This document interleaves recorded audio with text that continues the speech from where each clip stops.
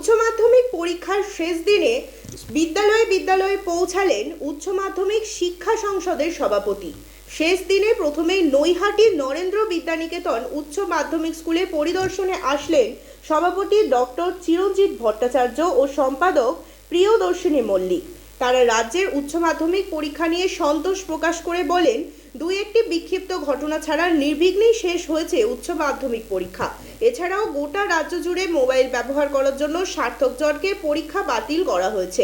আগামী ভবিষ্যতে সকল পরীক্ষার্থীদের উজ্জ্বল ভবিষ্যতের প্রার্থনাও করেন তারা। পরীক্ষা প্রথমত খুব ভালোভাবেই হয়েছে, ভীষণ ভালোভাবেই হয়েছে। কোথাও কোনো গোলমাল বা সেরকম কোনো অপ্রীতিকর কোনো ঘটনা এগুলো কোনো জাস্ট খবর নেই।